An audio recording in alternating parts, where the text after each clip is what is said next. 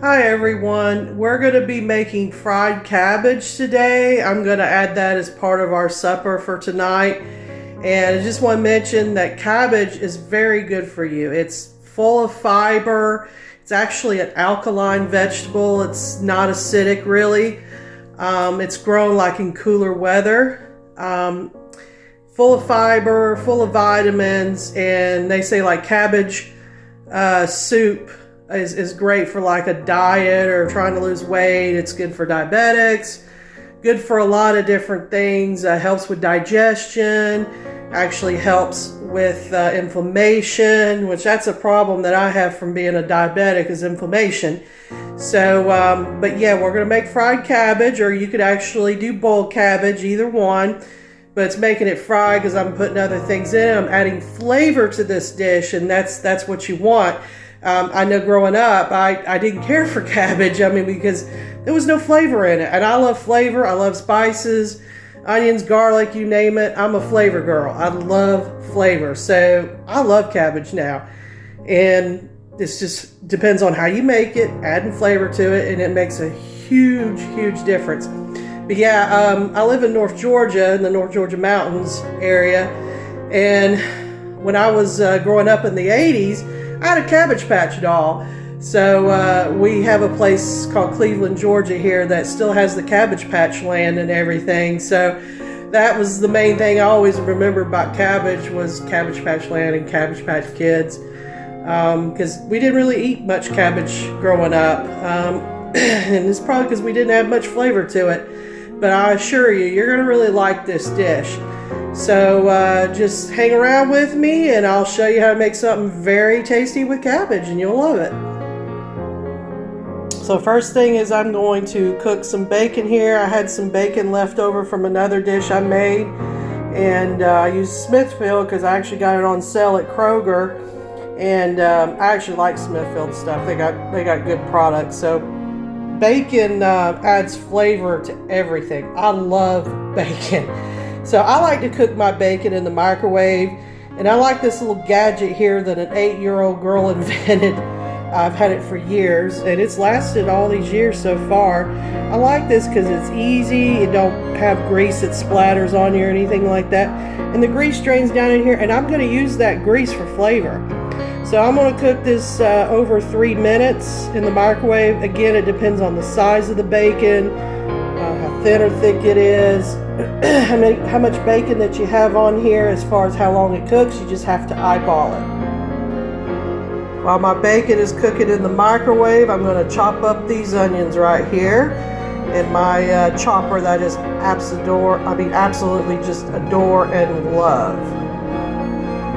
Also, onions bring a lot of flavor to a dish as well. At least it does for me, along with garlic.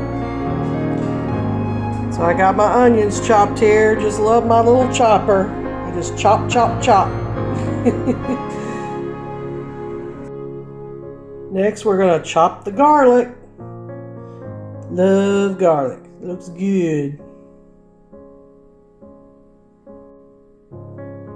Got my garlic chopped here.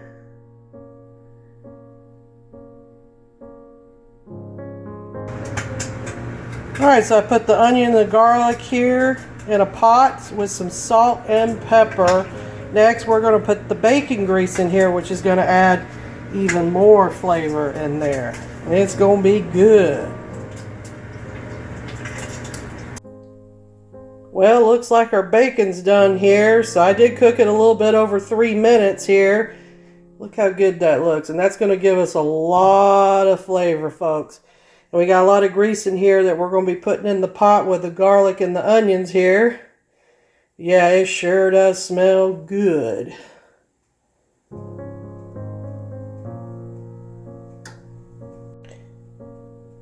So we got our bacon grease in here, as you can see, and with the garlic and onions. And so we're going to cook that not too long, maybe 4 or 5 minutes, but that's when it starts cooking, is how many minutes that you cook it. Because it takes a couple of minutes for it to heat up.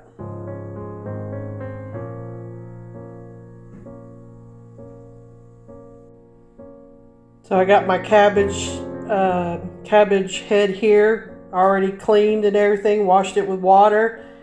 And what we're going to do, we're going to take that core out and we're going to chop it up.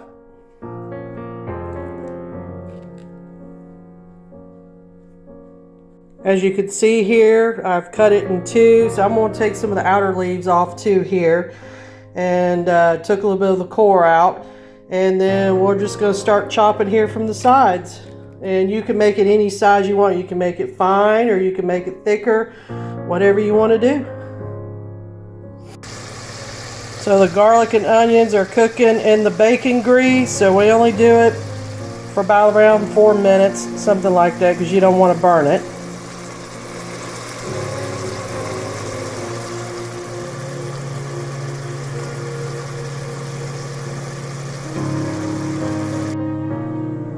Got some of my cabbage here chopped up, about to put it in the pot or Dutch oven here. Like I said, you can cut it any size you want to. You can cook it, you can cut it thinner or thicker, however you want it.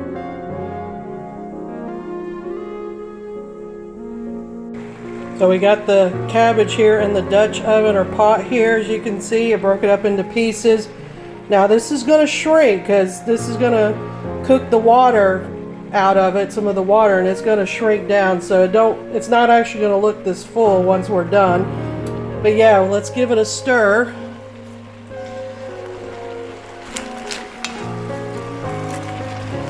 I'll stir the garlic and onion and the grease, bacon grease, all in it, and we'll just keep stirring it for a while, and then we'll put some spices in it.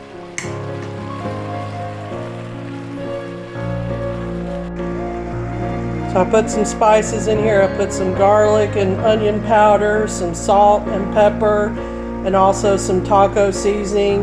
You can put other spices in here too if you want to add flavor. So I'm just going to put a little bit of chicken broth in here after I stir this. And then I'll put the top on it. We're going to cook it between 15 and 20 minutes. Before I put the lid on it here, I just stirred it up. And I wanted to show you how much it's already shrunk, and that's completely normal. So it's getting the water out of it. So now we're going to cook it with the lid completely on the top, so it'll steam the cabbage for 15 to 20 minutes.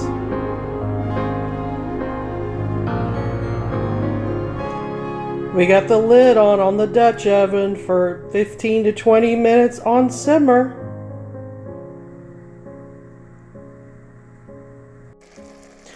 Alright, so the cabbage is done here. You can hear the sizzle. So now what I'm going to do is I'm going to break off pieces of this bacon and I'm going to put it in there. And I might actually put a little bit of more chicken broth in here. You can actually turn this into a soup if you want.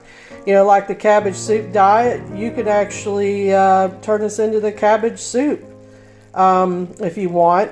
You don't have to make this soupy. You could just leave it like this.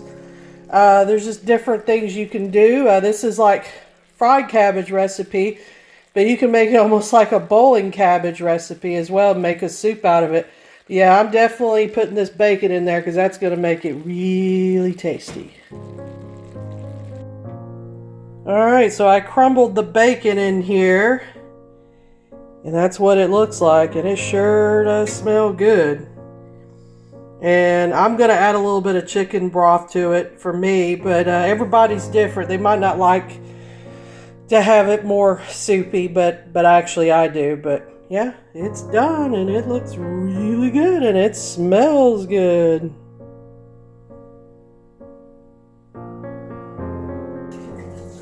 Alright, so I've got dinner here for everybody in the family, and so here's the fried cabbage, which, like I said earlier, you can make it into a soup or boiled cabbage. I got the bacon in there, and it looks really, really good. Look at that. Looks nice. And I'm going to give it a shot here, see what it tastes like. I had some in a buffet at a country buffet, and it's like, I'm making that. That was really good, you know.